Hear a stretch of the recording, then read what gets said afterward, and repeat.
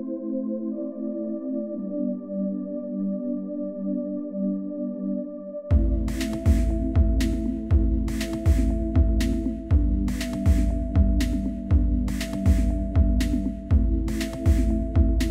everybody to a Telepresence meeting in which we are linking up Washington DC, London and Copenhagen. What we are here to discuss is perhaps a confluence between finance, which is something that Carbon Disclosure Project represents traditionally, climate change, which is the issue that brings us all here to Copenhagen, and I can't help drawing our attention to the potential offered by this extraordinary technology that we're also using. It's a great honour for us to have Lord Adair Turner with us. Adair, please. First of all, thank you very much for inviting me to this. It is very interesting to see this extraordinary technology being used.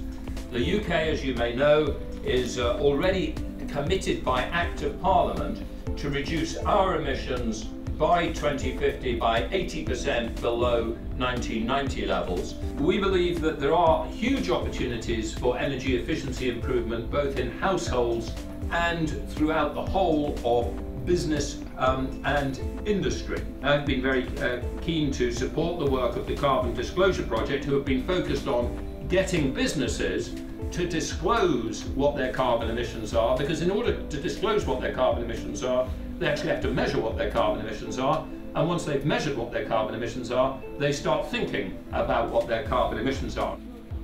Information technology will help us better manage, monitor, and utilize energy in the future. It really gives us an opportunity for, in particular, developing countries to leapfrog. We made some recent donations to Africa, 16 units, so we're really excited about the work that we're doing globally on telepresence.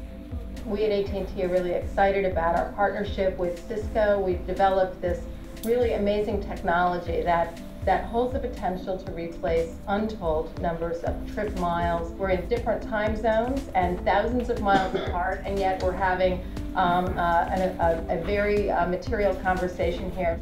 I think the question and the challenge is there are many of these reports about the potential, and certainly at Microsoft we talk about realizing potential. The technology is relatively easy. The technology is not the hard part. You know, human behavior and systems change and organizational change is really, that's what's going to move this from potential to deployment, and it's hard. Let me make some final points. I think we can produce electricity at a bit of a price premium to how much electricity presently costs us, but not at a terrifying price premium. The decarbonisation of electricity and the greater use of electricity is a fundamental element of the story of how we achieve dramatic CO2 emissions while still nevertheless delivering to people the prosperity level of a rich developed society. One of the things we're trying to do at Climate Change Capital is to make investments in parts of the system and hope that through good public policy making we can find the synergies between the parts. So we've made investment in smart grid, in renewables and in some of these other technologies for managing energy demand. But in the end, what we're looking to see is a convergence between public policy, finance and technology.